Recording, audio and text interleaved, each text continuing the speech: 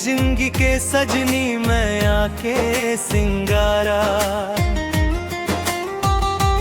रात भर तोर सपना आवे, दिल मोर हो जाते बेकाबू। तोर संग जिए बर चाहत हो, अब नहीं चाही मोला काबू।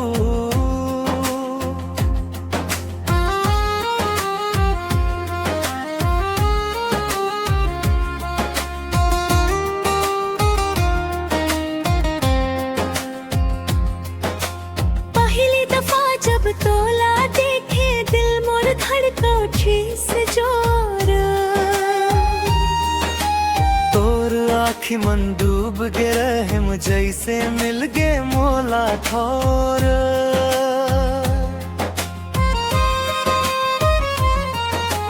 तोर पायल के छन छन मन सुनथो माया के राग। तोर चूड़ी के रंग सज के मोर सपना खिला दे। तोर मुस्कान देख के सजनी हर दुख मोर मिट जाथे। माया के सिंगार हंसते मोर सपना के संसार। तोर बिना सुना लागे ये दिल आऊ ये बहार।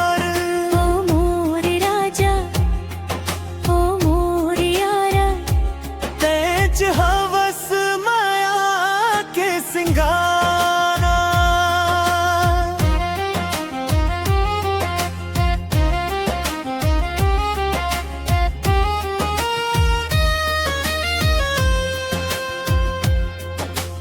बरसात के वो भीगे रैया तोर संग बिताए दिन। हाथ में हाथ धर के चलना लागे जैसे सुंदर जिन। तोर बात मम्मी ठासे ते जैसे महके फूल। तोर बिना मोर जिंदगी सजनी लागे पूरा भूले। जब तैर उठ जात समोर ले दिल मोर रोवत रहे थे। तोर एक मुस्काना बरसंगी मन मोर तरसत रहे थे। तोर माया के रंग मरंग के मोर दिल गुनगुना थे। तोर सपना के संग सजनी हर रात गुजर जाते। चांद सितारा गवाह बने हैं हमरे सच्चा प्यारा। जन्म जन्म तक रहे वो संगी एक दूजे के यारा।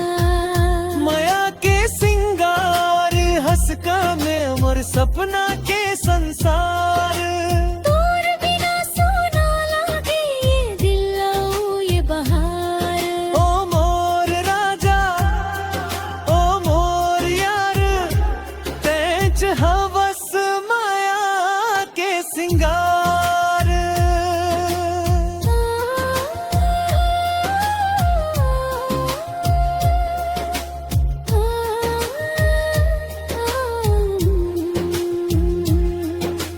गाँव के गली मड़ी के मेला संग तोर घूमे हूँ। तोर खातिर सजनी मैं हर खुशी लचों में हूँ।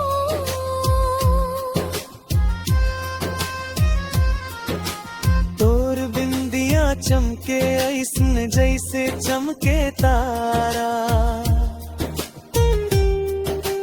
तोर संग बिताना चाहत जिंदगी के हर धारा।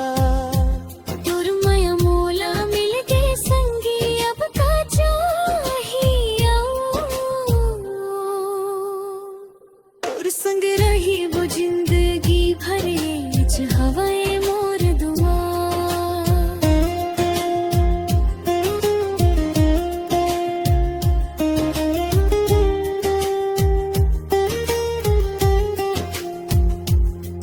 धीरे धीरे धीरे धीरे गीत खत्म होते हो तोर नाम ले मुस्काथों तोर सपना दिखथो